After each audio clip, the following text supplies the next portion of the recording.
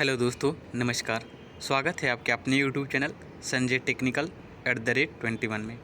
आज की इस वीडियो में हम पुनः 25 महत्वपूर्ण प्रश्नों का डिस्कशन करेंगे जो कि आपके आगामी किसी भी परीक्षा, चाहे आपका इसरो का एग्ज़ाम हो, आपका DRDO का एग्ज़ाम हो, DMRC का एग्ज़ाम हो या अन्य कोई भी एग्ज़ाम हो, आप अगर किसी एग्ज़ाम की तैयारी कर रहे हैं तो उन सभी एग्ज़ाम के लिए सीरीज़ जो है काफ़ी महत्वपूर्ण है, क्योंकि इस सीरीज़ में हम जो है निमी के बुक से जो क्वेश्चन बन सकते हैं उन सभी क्वेश्चन का डिस्कशन कर रहे हैं। ठीक है, तो यह सीरीज जो है आप लोगों के टेक्निकल किसी भी एग्ज़ाम के लिए काफ़ी महत्वपूर्ण है। तो उम्मीद है आप हमारी इस सीरीज से जुड़े हुए होंगे और अब तक आपको बहुत सारी चीज़ें जानकारी प्राप्त हो गई होंगी और बहुत सारा नॉलेज आपको इस वीडियो के माध्यम से मिला होगा। ठीक है, तो यह आज की इसी DRDO के लिए हमने स्पेशल जो सीरीज़ चला रखी थी उसी सीरीज़ का यह पार्ट 35 है। ठीक है, जिसमें हम पुनः कुछ महत्वपूर्ण प्रश्नों का डिस्कशन करेंगे। ठीक है, तो चलिए वीडियो को शुरू करते हैं। आज का हमारा पहला प्रश्न है, 63 मिलीमीटर तक व्यास के पाइप को पकड़ने के लिए पाइप वॉइस का प्रयोग करते हैं। तो पाइप वॉइस का प्रयोग करते हैं हम किसके लिए? पाइप को पकड़ने के लिए, जिसके द्वारा हम 63 मिलीमीटर तक व्यास के पाइप को ही पकड़ सकते हैं। तो यहाँ पे याद रखिएगा। ठीक है, और नेक्स्ट है second number, chain pipe voice का प्रयोग 63 से 200 मिलीमीटर तक व्यास के पाइप को पकड़ने के लिए किया जाता है। तो मुख्यतः आपके दो प्रकार के आपके पाइप इससे क्वेश्चन पूछ सकता है कि छोटे व्यास के पाइप को पकड़ने के लिए किसका प्रयोग करेंगे?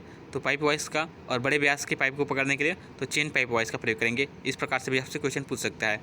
तो इसको आप याद रखिएगा कि 63 मिलीमीटर तक व्यास को पकड़ने के लिए पाइप वॉइस, जबकि 63 से लेकर के 200 मिलीमीटर तक के व्यास को पकड़ने के लिए चेन पाइप वॉइस का प्रयोग करते हैं। ठीक है, तो नेक्स्ट क्वेश्चन है थर्ड नंबर हमारा, पाइप को काटने के लिए पाइप कटर का प्रयोग करते हैं। तो पाइप काटने के लिए ये क्वेश्चन इंपॉर्टेंट है, कई सारे एग्जाम में पूछा गया है कि पाइप को काटने के लिए किसका प्रयोग करते हैं? तो पाइप को काटने के लिए हम पाइप कटर का प्रयोग करते हैं। ठीक है, पाइप का एक्चुअली कार्य क्या होता है? तो पाइप जो है एक प्रकार का खोखला सिलेंड्रिकल वर्कपीस होता है जिसके द्वारा हम पदार्थों का परिवहन करते हैं। ठीक है, जैसे कि आपका किसी भी मटेरियल का हो गया, जैसे कि पानी हो गया, ऑयल हो गया, भाप हो गया, इन सब चीज़ों का परिवहन हम जो है ट्रांसपोर्टेशन जो है एक स्थान से दूसरे स्थान तक करने के लिए हम पाइप का प्रयोग करते हैं। ठीक है, और पाइप जो है आपके अलग अलग पदार्थों से बनाए जाते हैं। ठीक है, तो ये आप याद रखिएगा। नेक्स्ट क्वेश्चन है, मास प्रोडक्शन के लिए टरेट लेथ का प्रयोग करते हैं। तो लेथ जो होती हैं आपकी, लेथ का कार्य क्या होता है? इसे हम लेथ को हम सभी मशीनों की जननी कहते हैं, क्योंकि लेथ मशीन पर विभिन्न प्रकार के कार्य किए जाते हैं। ठीक है, लेथ मशीन से बहुत ही कॉमन क्वेश्चन जो कि आपको पूछे जाते हैं। ठीक है, कि लेथ मशीन चलाने वाले को क्या कहते हैं? तो लेथ मशीन का जो ऑपरेटर है उसे हम टर्नर कहते हैं। क्या कहते हैं? टर्नर कहते हैं। ठीक है, और मास प्रोडक्शन में जो है हम टरेट लेथ का प्रयोग करते हैं।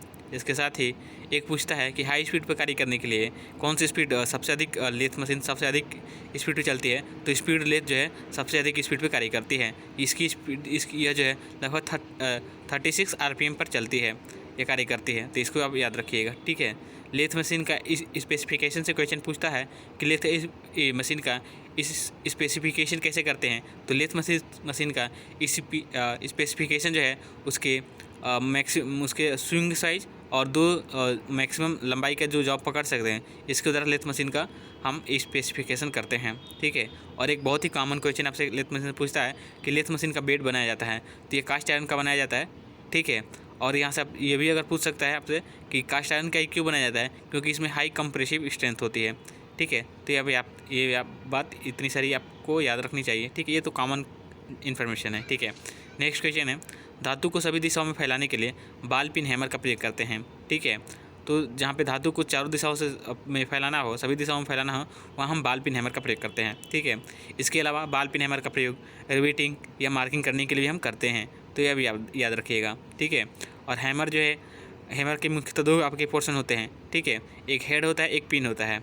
ठीक है, तो पिन का प्रयोग करता है हम आपको किसी स्पेसिफिक आकार किसी जॉब को स्पेसिफिक आकार या दिशा में फैलाने के लिए, जबकि आपका हेड जो होता है उसका प्रयोग हम जब उसके द्वारा हम इक्वल स्ट्राइकिंग के लिए हम उसका प्रयोग करते हैं। ठीक है, तो यह भी याद रखिएगा। और यह जो बॉल पिन हैमर होता है, इसका वजन जो होता है 250 मिलीग्राम 250 ग्राम तक होता है। ये अब याद रखिएगा, ये आपके जो पंचिंग वगैरह में प्रयोग किए जाते हैं, ये उसका हैमर का वज़न होता है। नेक्स्ट है, बड़े व्यास की वृत्त खींचने के लिए बीम कंपास का प्रयोग करते हैं। तो जहाँ बड़े साइज़ का वृत्त बनाना हो वहाँ पे हम बीम कंपास या ट्रैमल का प्रयोग करते हैं। बीम कंपास या ट्रैमल दोनों एक ही चीज़ है, ठीक है। तो ये भी याद रखिए कि बड़े व्यास को वृत्त खींचने के लिए बीम कंपास या ट्रैमल का प्रयोग करते हैं, ठीक है। नेक्स्ट क्वेश्चन है 7 नंबर, स्निप से 1.2 मिलीमीटर तक मोटी शीट मेटल काट सकते हैं, यानी कि पतली शीट को काटने के लिए स्निप का प्रयोग करते हैं, और जबकि मोटी शीट काटने के लिए हम सीयर का प्रयोग करते हैं। ये बात आप याद रखिएगा, ठीक है। स्निप का प्रयोग पतली शीट को काटने के लिए और सीयर का प्रयोग मतलब मोटी शीट को काटने के लिए हम सीयर का प्रयोग करते हैं। और स्निप से हम जो है 1.2 मिलीमीटर तक मोटी शीट को हम क्या कर सकते काट सकते हैं। चलिए नेक्स्ट क्वेश्चन है 8 नंबर का, स्टील को गर्म करने से उसकी टेंसाइल स्ट्रेंथ घट जाती है, ठीक है। तो स्टील को गर्म करने से उसकी टेंसाइल स्ट्रेंथ जो है कम हो जाती है, ये अभी आपको याद रखना है, ठीक है। नेक्स्ट क्वेश्चन है 9 नंबर का, हैंड हैमर का वजन 1 से 2 किलोग्राम तक होता है। अभी हम आपको बताया कि बॉल पिन हैमर का वजन 250 ग्राम तक होता है, जो आपकी मार्किंग के लिए प्रयोग किया जाता है, ठीक है। और हैंड हैमर का वजन 1 से 2 किलोग्राम होता है। इसी के साथ ही आप याद रखिए कि जो स्लेज हैमर होता है, ठीक है, उसका वजन जो है 3 से लेकर के 10 किलोग्राम तक हो जाए। इसका प्रयोग फोर्जिंग शॉप के लिए किया जाता है। नेक्स्ट है, हाई कार्बन स्टील का फोर्जिंग तापमान 1100 डिग्री सेल्सियस होता है। तो ये भी आप याद रखिएगा कि हाई कार्बन स्टील का फोर्जिंग तापमान जो है 1100 डिग्री सेल्सियस होता है। इसके साथ ही लो कार्बन स्टील की बात करें तो लो कार्बन स्टील का फोर्जिंग तापमान जो है वह 1300 डिग्री सेल्सियस होता है। यहाँ पे सी छूट गया है, आपका 1300 डिग्री सेल्सियस होना चाहिए था, ठीक है। तो उसके लिए थोड़ा सा सॉरी। नेक्स्ट क्वेश्चन है 11 नंबर का, इंडक्शन हार्डनिंग के द्वारा 0.7 से लेकर के 1.00 यानी कि 0.7 से लेकर के 1 मिलीमीटर तक mm तक डेप्थ ऑफ हार्डनेस प्राप्त की जा सकती है। तो ये क्वेश्चन आपसे पूछ सकता है कि एक बहुत ही कॉमन आपसे ये तो क्वेश्चन आपसे आप कई सारे एग्जाम में देखे होंगे या कई बार आप रिपीट हो चुका होगा आपसे, ठीक है, कि कौन सी हार्डनेस किसके द्वारा स्केल फ्री सरफेस प्राप्त होती है। तो जो आप याद रखिएगा कि इंडक्शन हार्डनिंग के द्वारा स्केल फ्री सरफेस प्राप्त होती है, यानी कि इंडक्शन हार्डनिंग हम क्या करते हैं, एक जिस वर्कपीस को गर्म करना होता है उसके ऊपर एक जो है हम कॉयल लपेट देते हैं और कॉयल के द्वारा हम क्या करते हैं उसको गर्म करते हैं, ठीक है। तो ये आप याद रखिएगा। और इसमें जो है 0.7 से लेकर के 1 मिलीमीटर तक उसको हम क्या कर सकते हैं, उसकी गहराई तक हम उसको गर्म कर सकते हैं। तो ये कॉमन क्वेश्चन आपसे पूछा जाता है कि कौन सी सरफेस क्या कहते हैं, कौन सी प्रक्रिया में या कौन सी हार्डनिंग की प्रक्रिया में स्केल फ्री सतह प्राप्त होती है। तो आपका आंसर होता है इंडक्शन हार्डनिंग, ठीक है। और इसके साथ ही आप याद रखिएगा इंडक्शन हार्डनिंग में हम क्या करते हैं, हार्डनिंग की कई सारी विधियाँ हैं, जैसे कि इंडक्शन हार्डनिंग हो गया, फ्लेम हार्डनिंग हो गया। तो इंडक्शन हार्डनिंग में हम क्या करते हैं, कॉयल का प्रयोग करके हम वर्कपीस को गर्म करते हैं, ठीक है। इसमें 0.7 से लेकर के 1 मिलीमीटर तक हम गहराई तक जॉब को क्या कर सकते हैं, गर्म कर सकते हैं, ठीक है। तो ये आप इतनी सारी चीज़ें आप इंडक्शन हार्डनिंग से संबंधित याद रखिएगा। नेक्स्ट क्वेश्चन है 12 नंबर का, पिकलिंग सरफेस क्लीननेस की एक रासायनिक विधि है। तो पिकलिंग क्या है, पिकलिंग के दौरान हम सरफेस को साफ़ करते हैं, ठीक है। तो ये भी आप याद रखिएगा कि यह पिकलिंग जो है आपकी सरफेस मतलब कि सतह को साफ़ करने की एक रासायनिक प्रक्रिया है, रासायनिक विधि है। नेक्स्ट क्वेश्चन है 13 नंबर, राइट आयरन में कार्बन की मात्रा 0.2 से लेकर के 0.02 से लेकर के 0.03% तक होती है, ठीक है। और राइट आयरन जो है आपका सबसे शुद्ध लोहा कहा जाता है। राइट आयरन को हम पिटवा लोहा भी कहते हैं। यह जो है पुडलिंग फर्नेस के द्वारा प्राप्त होता है। तो इतनी सारी चीज़ें आप याद रखिएगा, ठीक है। नेक्स्ट क्वेश्चन है, और ये हुक क्या कहते हैं, चेन हुक बनाने के लिए हम राइट आयरन का प्रयोग करते हैं। ये कॉमन क्वेश्चन है जो आपकी कई सारे एग्जाम में पूछा गया है। तो राइट आयरन से संबंधित इतने सारे पॉइंट्स आपको पता होना चाहिए, ठीक है।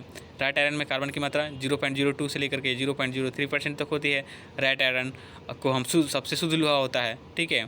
और राइट आयरन को पुडलिंग फर्नेस से प्राप्त किया जाता है, और चेन हुक्स बनाने के लिए हम राइट आयरन का प्रयोग करते हैं। तो इतनी सारी जानकारी आपको राइट आयरन से होनी चाहिए।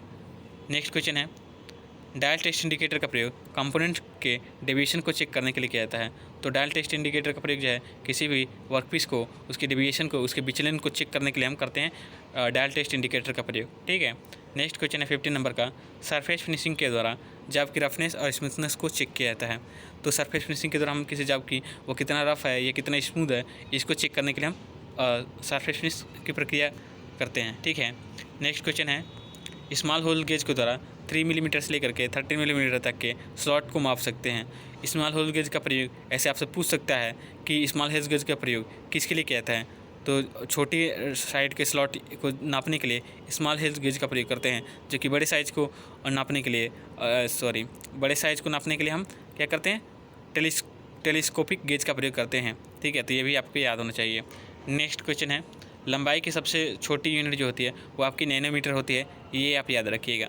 ठीक है, नेक्स्ट क्वेश्चन है 18 नंबर का, हाइड्रोजन सल्फाइड की उपस्थिति के कारण पीतल का कलर डिस्कलर्ड हो जाता है। ठीक है, यानी कि वायुमंडल में हमारी हाइड्रोजन सल्फाइड होती है, जिसके कारण से जो है आपका ब्रास जो होता है उसका कलर जो है डिस्कलर्ड हो जाता है, यानी कि वो क्षय हो जाता है। तो ये भी आप याद रखिएगा। नेक्स्ट क्वेश्चन है, पॉलीएमाइड थर्मोसेटिंग प्लास्टिक है, तो ये आपसे पूछ सकता है थर्मोसेटिंग प्लास्टिक का एग्जाम्पल क्या है, तो पॉलीएमाइड आप याद रखिएगा। ठीक है, नेक्स्ट क्वेश्चन है 16 नंबर हो गया, 17 हो गया, 18 नंबर हो गया, 19 भी हो गया।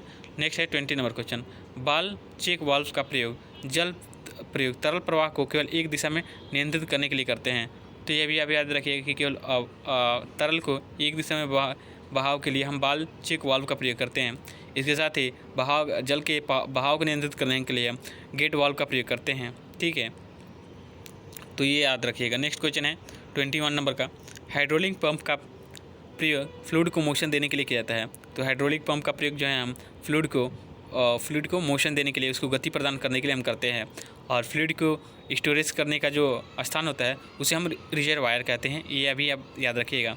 फ्लूइड को, ठीक है, या तरल को स्टोर करने का जो स्थान होता है उसे हम क्या कहते हैं, रिजर्वायर कहते हैं, यानी कि रिजर्वायर में हम फ्लूइड को स्टोर करते हैं। ठीक है, तो ये कॉमन क्वेश्चन है जो आपसे पूछे जाते हैं।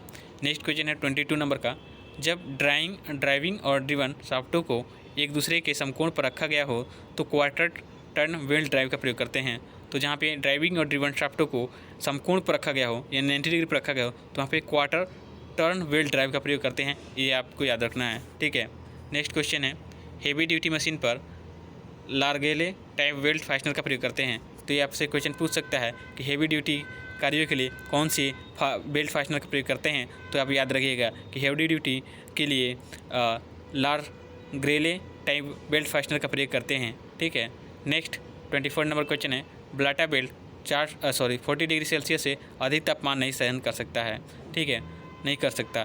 तो जो ब्लाटा बेल्ट होता है आपका, ठीक है, यह गीली और एसिडिटी वाली सतहों पर मतलब जगह पे प्रयोग किया जा सकता है। ठीक है, और इसका एडवांटेज ये है, लेकिन डिसएडवांटेज क्या है कि इसको हम जो 40 डिग्री से सेल्सियस तापमान से अधिक तापमान पे इसको हम प्रयोग नहीं कर सकते। ये उसके तापमान, उससे ज़्यादा तापमान ये सही नहीं कर सकता है। तो ये कॉमन क्वेश्चन आपसे पूछा गया होगा कई सारे एग्जाम में कि गीली दिशाओं के लिए गीली और एसिडिटी, ठीक है, वाली जगहों पर किस बेल्ट का प्रयोग करते हैं, तो ब्लाटा बेल्ट का प्रयोग करते हैं। ठीक है, तो ये तो उसका एडवांटेज हो गया, लेकिन डिसएडवांटेज इसका क्या है कि यह 40 डिग्री से अधिक तापमान को सहन नहीं कर सकता है। तो ये आप याद रखिएगा। ठीक है, क्योंकि आपके एग्जाम में होता यही है, आपके क्वेश्चन आपके बेल्ट से पूछेगा, बेल्ट फास्टनर से पूछेगा, पावर ट्रांसमिशन से ही पूछेगा, लेकिन उसको अलग अलग एग्जाम में क्वेश्चन को थोड़ा सा क्या कर देता है, घुमा देता है। ठीक है, जैसे कि किसी में आपका क्या कहते हैं, ट्राई स्क्वायर का ये पूछ लिया कि ट्राई स्क्वायर का प्रयोग क्या है। तो एक तो आप हम जानते हैं कि ट्राई स्क्वायर का सरफेस इसके द्वारा फ्लैटनेस को चेक कर सकते हैं, सरफेस फ्लैटनेस को चेक कर सकते हैं। दूसरा हो गया कि इसके द्वारा हम इसकी किसी भी जॉब को 90 डिग्री पर सेट कर सकते हैं। ठीक है, तो अलग अलग एग्जाम में आपके अलग अलग प्रकार से उसी क्वेश्चन को घुमा कर पूछ सकता है। ठीक है, अभी आपको हम बताएं कि बॉल पेन हैमर का प्रयोग कहाँ पे होता है। तो बॉल पेन हैमर का प्रयोग आपका वर्कपीस जॉब के चारों तरफ फैलाने के लिए होता है, या मार्किंग के लिए भी होता है, रिवीटिंग के लिए भी होता है। तो आपके अलग अलग एग्जाम में अलग अलग टाइप से क्वेश्चन आपको पूछ सकता है। इसके लिए आपको कन्फ्यूज नहीं होना है और नहीं आपको घबराना है। बस आपकी अपनी तैयारी को और बेहतर करिए और हमारे साथ जुड़े रहिए। ठीक है, इसमें 25 क्वेश्चन के साथ साथ आपके ऑलमोस्ट 50 से अधिक क्वेश्चन हम डिस्कशन कर देते हैं। तो इस वजह से आप लोग हमारी वीडियो को पूरी वीडियो को देखें और यहाँ पे बेफिक्र होकर देखें, क्योंकि यहाँ पे क्वालिटी कंटेंट आपको प्रोवाइड किया जा रहा है। ठीक है, चलिए नेक्स्ट और आज की इस वीडियो का अंतिम क्वेश्चन देखते हैं।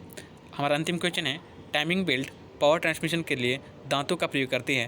तो ठीक है, यह भी आप याद रखिए कि टाइमिंग बेल्ट के द्वारा दांतों के सहारा से हम पावर को ट्रांसमिट करते हैं।